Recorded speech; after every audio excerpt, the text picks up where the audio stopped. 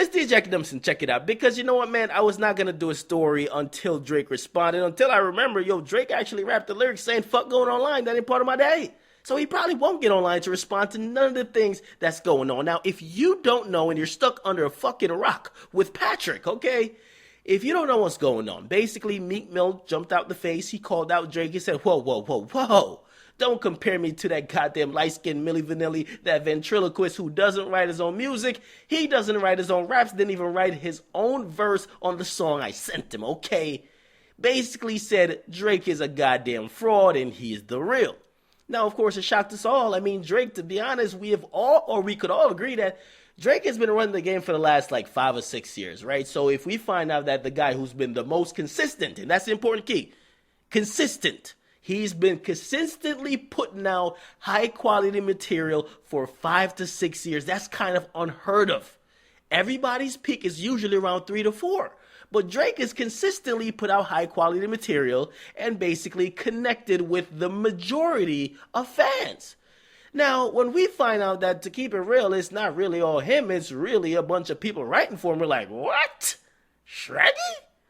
Now, here's the thing, because let's get to Meek Mill's allegation first, then we're going to get to a couple of people that were kind of pointed at, and then we'll get to his producer who actually spoke up for him. Now, basically what Meek Mill said, and this is very important, I'm going to explain everything, okay? And to a lot of people who don't understand a lot of the music business, mumbo jumbo and terms and stuff that you might get lost in, I'm going to try my best to explain. There's going to be a link in the description. You can kind of see everything I'm talking about, right?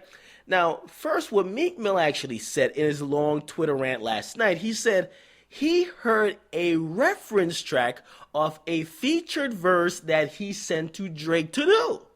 Now, this is a big thing. It's a big thing. Because a reference track is different from just ghostwriting. It's also different from bouncing ideas off each other. It's completely different. Now, when people were talking about Drake has help, a lot of people kept bringing up and pointing at one particular person. A lot of people. They kept saying someone named Quentin Miller. We have no fucking idea who this kid is, but a lot of people kept saying him. Now, somehow they found him. I don't know where they found him at, but somehow Funk Flex also got a reference track of a song we all know. And it's basically a reference track of Drake's popular song called 10 Bands. Now, basically, you hear Quentin pretty much hey, he's rapping 10 bands, but he changed a couple of words, or there's a couple of words changed, and you're like, huh? Now, if you understand what a reference track is usually the original idea.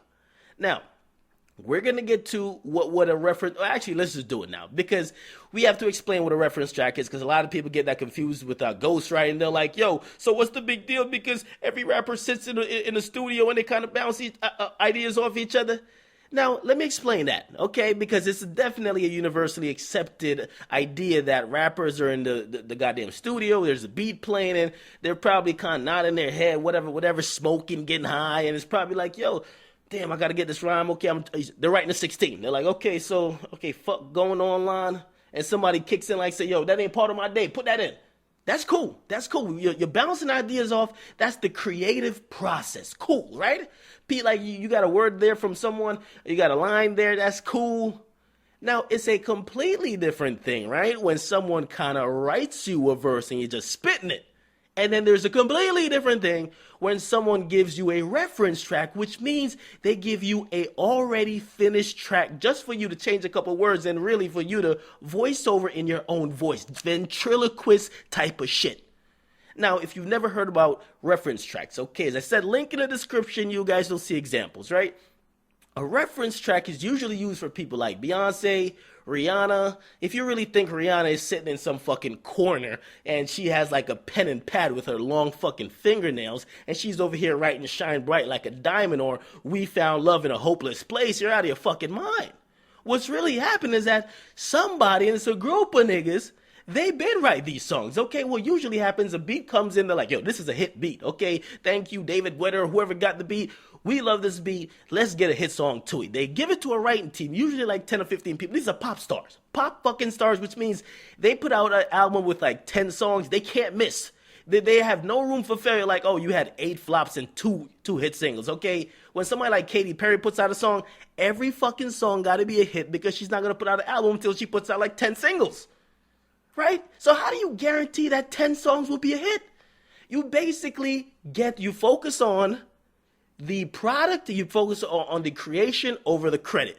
So you let a bunch of people write to it, the best one or the best song wins. Now, what the reference track is that, listen, you take the beat, you go home, you write something to it, you get a hook, you get a verse, you get a whole cadence, a flow, and basically when you come back to the studio, you record it as how you would want the person who's going to sing it to sound on it.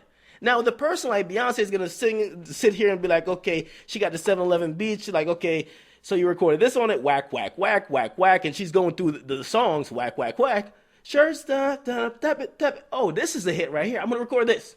7-Eleven. That's how it works.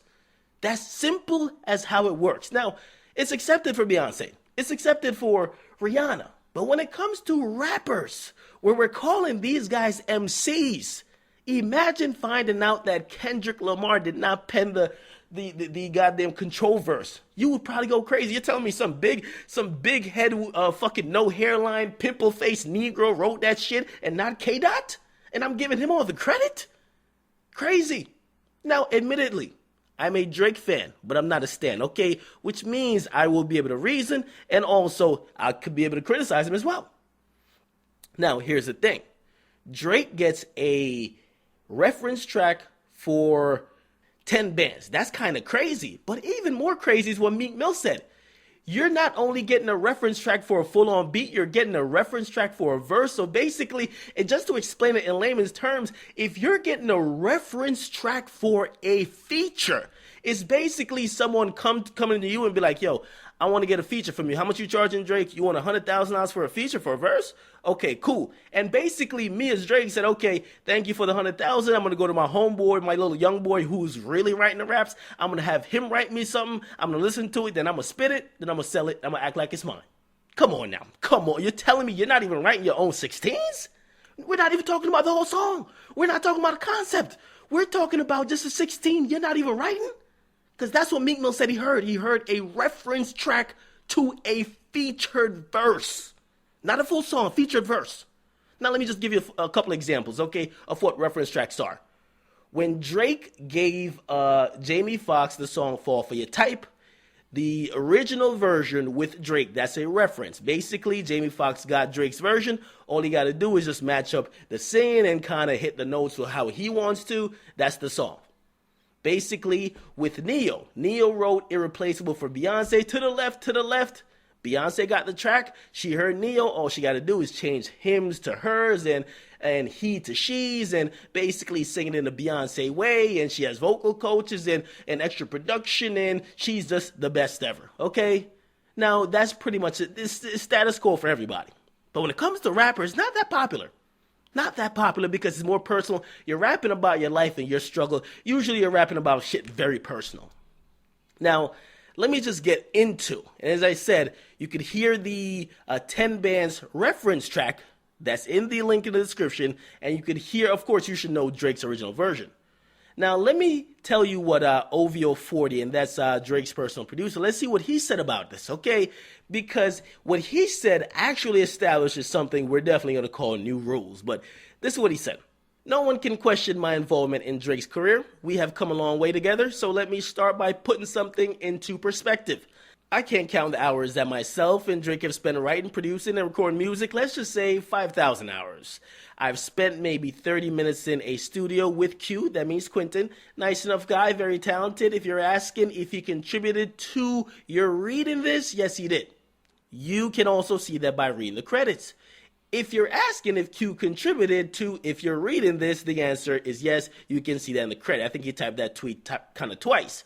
Now, he also said, anyways, I don't work with many people, and there's a reason. No one is as talented as Drake.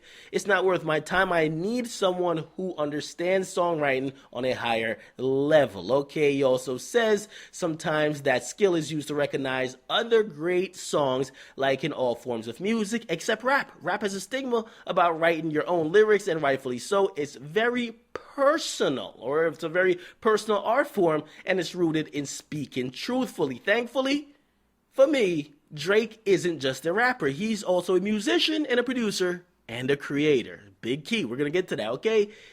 Then he says we go beyond the normal boundaries that rappers want to sleep themselves stuck in. We've been fighting those rules from day one. If no one noticed, there weren't many singing rappers in '08. There's countless number ones and songs Drake has written for others, never mind himself. That's the funny part, LOL. To be even feeling my own need to say these things is crazy, and even more ironic that Drake is maybe the most personal rapper ever. Never has someone spoken about themselves or their own perspective so vividly ever. It's why many people have called him soft, because he shows humility and is truthful and honest. You're smoking that shit you say you selling if you think someone wrote that shit. So if someone wants to be upset that Drake made a great album, go for it. Get mad all day, LOL. But don't ever question my brother's pen. Now, let me just translate this, okay? Basically what OVO 40 just said, he's saying, listen, Meek Mill, you better go get a goddamn writing team your goddamn self, because what he's just saying, and this is some new rule shit. He's saying, listen, Drake is more than just a rapper. He's really a producer and a creator, okay? And they're saying his songwriting skills is not only for writing songs, is actually for picking songs that were written great by other people. So basically they're saying, listen, man, we're going to treat this rap shit just like how they treat pop music. We're just going to focus on the actual content over who created it. We're not going to get tied up into, oh, you wrote it. We're just going to get the best material produced, and then we're going to put it out. And that's a big change from what rap has been. Rap has not been about, let's see if you could get everybody you know to write the hottest 16, and then you take the hottest 16 and put it on the track. It's about what you personally do, okay? So it's a big change. I think a lot of people are probably going to debate this, because I think the old heads are probably going to be like, well, you can't be an MC, and I agree. You can be an MC if you're doing we're just going to find the best verse and put it on, okay? We're just going to find the best song collectively. If that's what you're doing, that is definitely not something that you could then turn around and say you're the best MC in the game. And I love Drake. I mean, I think Drake is making the best music. But if that's what it is, in no way, shape, or form could he absolutely be the best MC. Absolutely not. Listen, basically what he's trying to say is that they have blended the rules before of rapping and singing.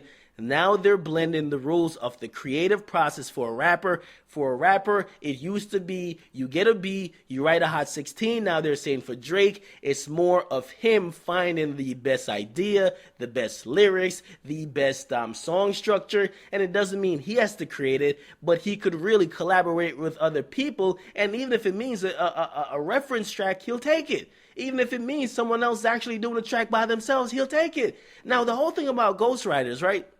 Ghostwriters don't even exist anymore, really, because before, back in the day, ghostwriters used to be paid to not to be seen. Nowadays, you write on a track or you give a reference track, they just credit you. Okay? I mean, you're getting paid regardless. But nowadays, it's actually a business for a lot of people like Quentin that probably doesn't have that it factor to be a superstar himself. He could definitely get a lot of placements with a lot of other rappers because of those album credits. So that's what it is. But listen, it looks like they're really on some game changer shit. And honestly, to every other rapper in the game, unless you're going to challenge this, you might as well install or invest in a writing team, because that's what it is. Because if just what Meek Mill was probably feeling like, you're probably going to go into a studio or go into any situation feeling like you're competing against a team of niggas when it's just you. Now, maybe Meek Mill's already doing it. But if you're a rapper and you're up and coming and you're wondering like, damn, how could Drake just keep making hit after hit after hit? Is he that damn good? No, he's working with 20 niggas. He's working with at least 2. He's working with like maybe 4. He's working with whoever could make him a hit. You're just working with yourself, your brain, and probably rhymedictionary.com. Shorty Academics, get in the comments, weigh in, make sure you guys let me know what you think about this whole fiasco. Shorty Academics, man. Check the link in the description. I'm out.